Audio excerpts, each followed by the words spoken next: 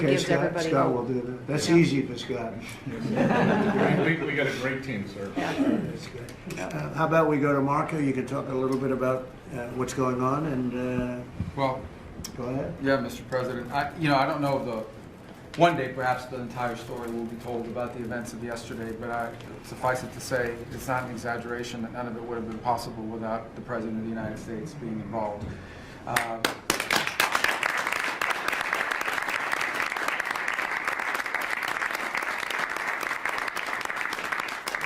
It really began with your trip to the Middle East, where these relationships were forged with partners in the region, personal relationships, close relationships that created the foundation where all of this was possible.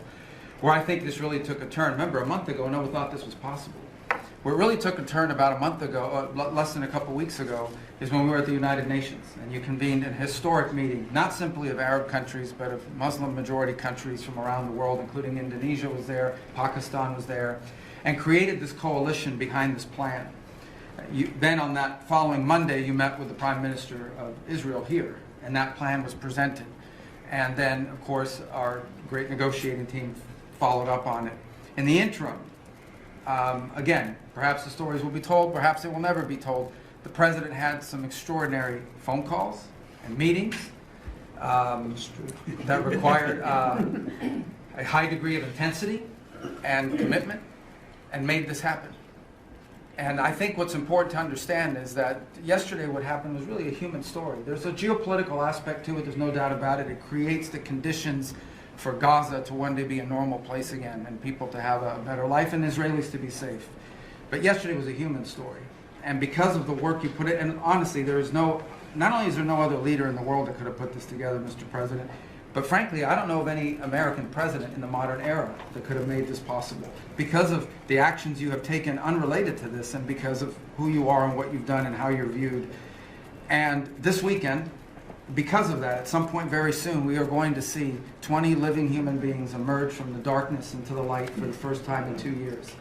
And that is because not only were you used the credibility and the power and the prestige of this office and the relationships you created, and you committed yourself to making it happen. And I think it will go down as a historic moment in the history of our country, and something our country should be very proud of, that we have a president that's committed to not just peace, but to the human aspect of reuniting these families.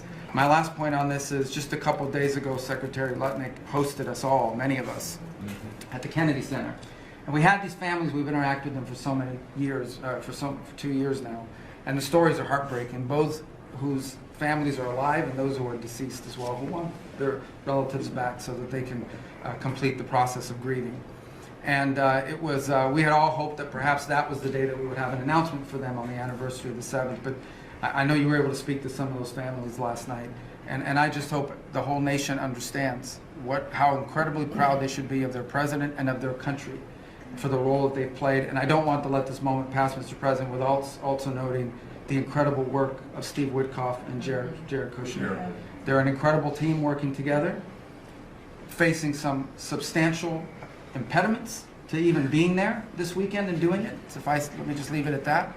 And they've done a great job on your behalf, Mr. President. They deserve a tremendous amount of credit. But thank you for what you've done for the world. For the world. Thank you very much, Marco. I appreciate it.